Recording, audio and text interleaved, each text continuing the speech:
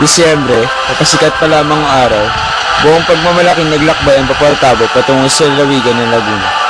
Ang Paportabo ay yari sa bakal at hugis tabo, na pinaghanguan ng kanyang pangalan, na tila isang maharlika sa kanyang mabagal na paglalakbay. At dito nagsisimula ang kwento. Buenos dias, amigos!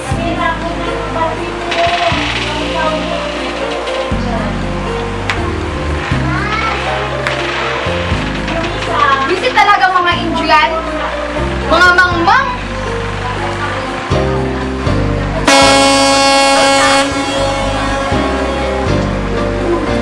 Ano ba yon? Ang ingay! Bakit hindi magtungo ang mga bobong timonel na yan sa bandang iyon? Kaya pala hindi makaandar ang bapor. Bobo. Bakit di nyo bilisan, mga kukupad-kupad?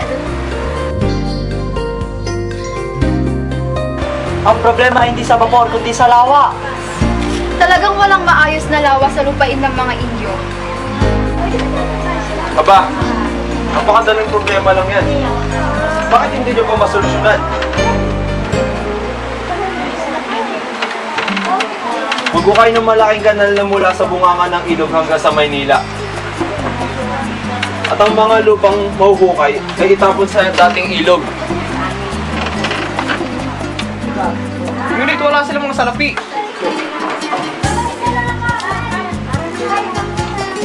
Ang mga bilanggo, ngunit kakaunti lang sila. E di ang mga mamamayan, sa pilitang paggawa, 4 o 5 buwan. Bigyan na lang sila ng mga pagkain at damit. Pero,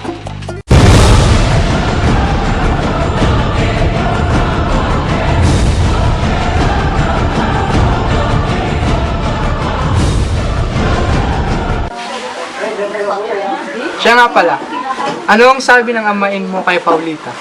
Ah, yun ba? Pinapalalahan lang ako tungkol sa pag-aasawa. Sinabi kong wala makakapantay kay Paulita. Maganda, mayaman, marilag, marunong. Lahat ng M ay nasa kanya na, maliban sa tiyahin niyang napakasungit. Pinapaharap kaya sa ni Victorino si Don Tiburcio. Pumayag ka naman. Bakit hindi? Sa bahay namin nakatira si Don Tiburcio. Simon, si Sagan. totoo bang hindi bumibili ng alak sa bayan niyo? Hindi kami bumibili dahil hindi namin kailangan ng mga alahas. Alak? Sana nagpaalam. Hindi nyo ba alam? Nakakasama sa taong masyadong madaming tubig. Sabi ni Pare Camora.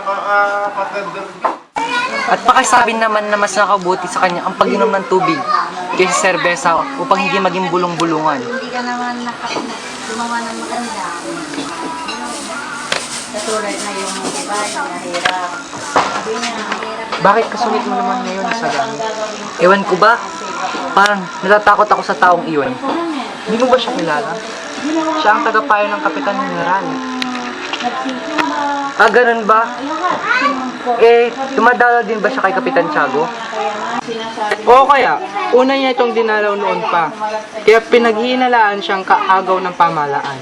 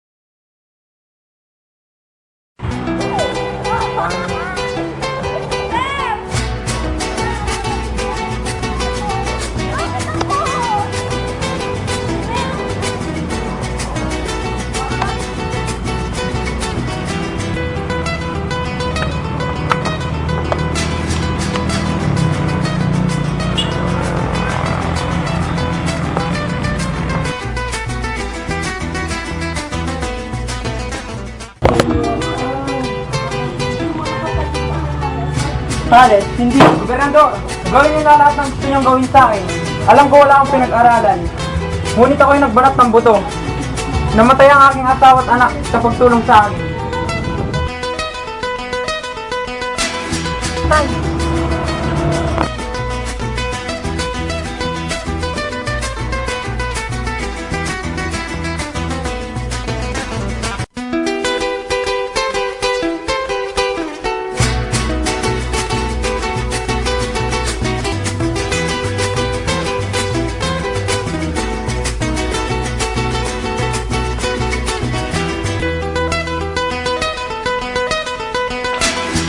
Hoy, mga mare! May chismis ako sa inyo. Ano? Bakit? Ano nangyari?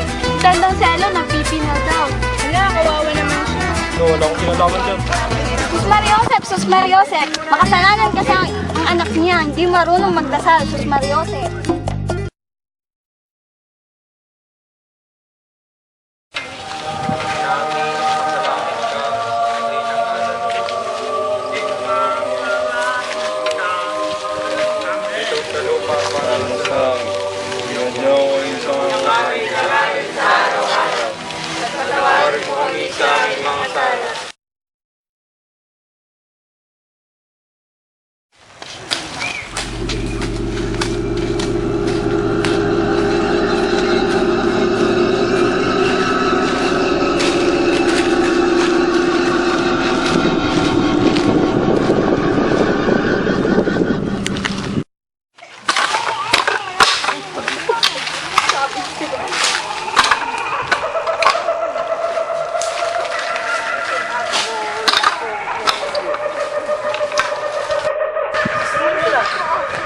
Siya ang tumulong sa akin sa pagpapalibing sa aking ina.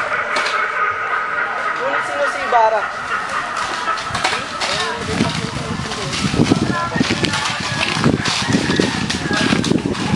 Tulungan na kita.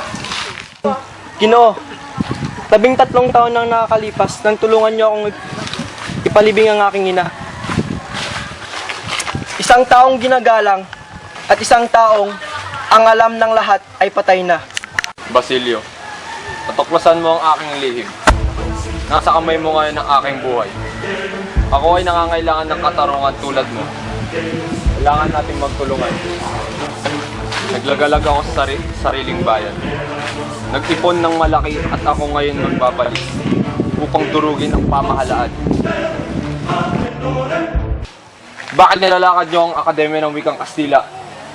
Dahil ang wikang Kastila ang naglalapit sa kanila sa pamahalaan. Malaking pagkakamali. Tingin ko pa nga lang. Naisip ba ninyo na may sarili tayong wika? Habang may sariling wika ang isang bayan, taglay nito ang kalayaan. Ang wika ang pag-iisip ng bayan. Dahil wala akong hinahangad, kundi ang ikabubuti ng pag-aaral. Sige, mauna ka na. Mag-uumaga na. Maraming salamat.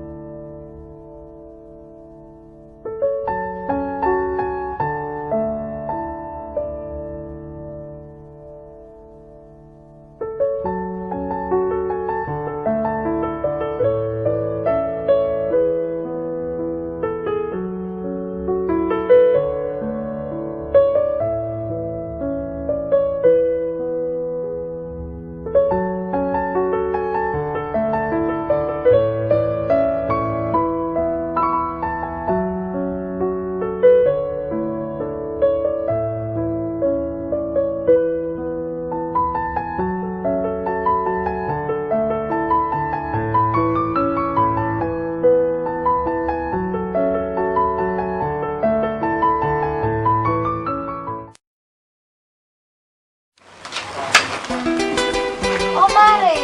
Hindi mo yata kasama ang iyong muchacha. Pinagme-memory ako ng libro. Sus Mariosep, kaawa-awa ang batang iyan.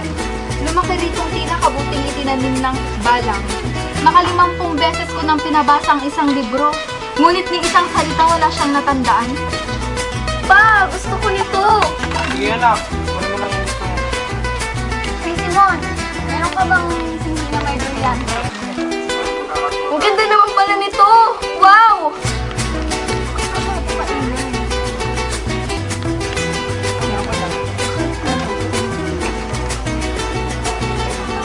dalawang brilyanteng pinakamalaki sa lahat. Binabayaran nito ng inchik na si Quiroga ng 6,000 piso. Mariosep! Ito ang sa akin. Isang Agnos. Mama, tignan niyo. Ang ganda ng hikaw ko. Silos naman sa akin.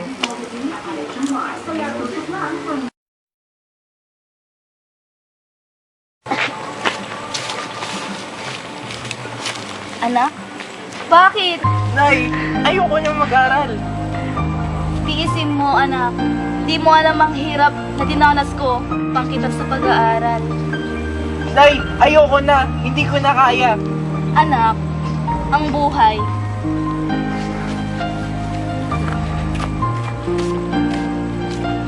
Anak! Anak!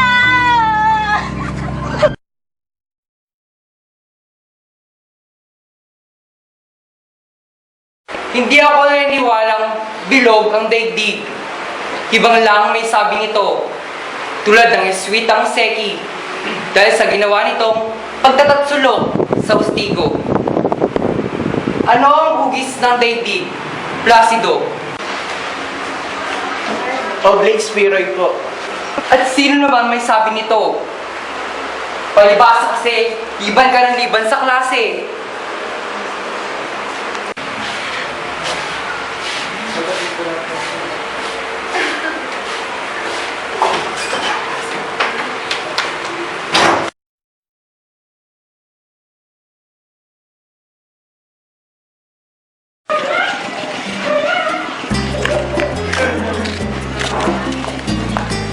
Simon!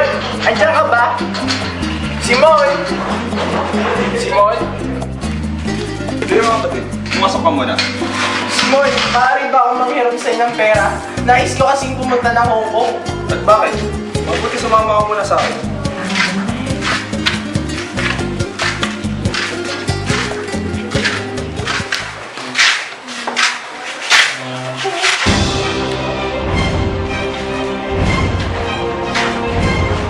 Ang dami na pang mga kultura. Kaya mo ba? Ito ang pera. Gawin mo ang trabaho mo. Sige, ayusin namin ang trabaho.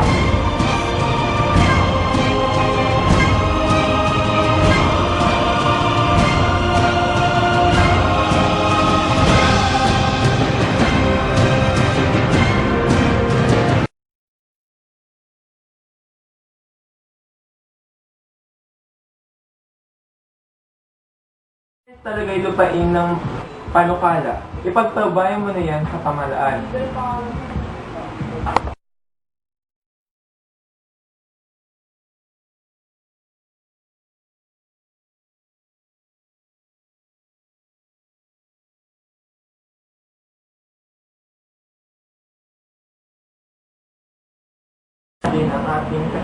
Sa atin ang lahat.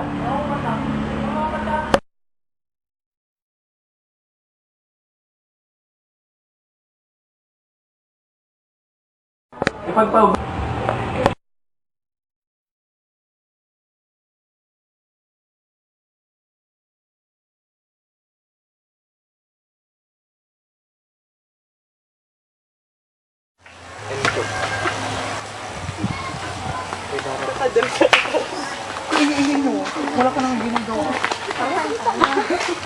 Sige na, lugi na ako, bangot sila.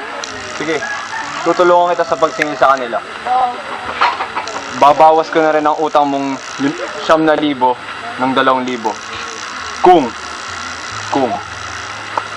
papayag ka sa pagtago ng mga armas sa bahay niyo. Baka kulong nila ako, patay pa nila ako.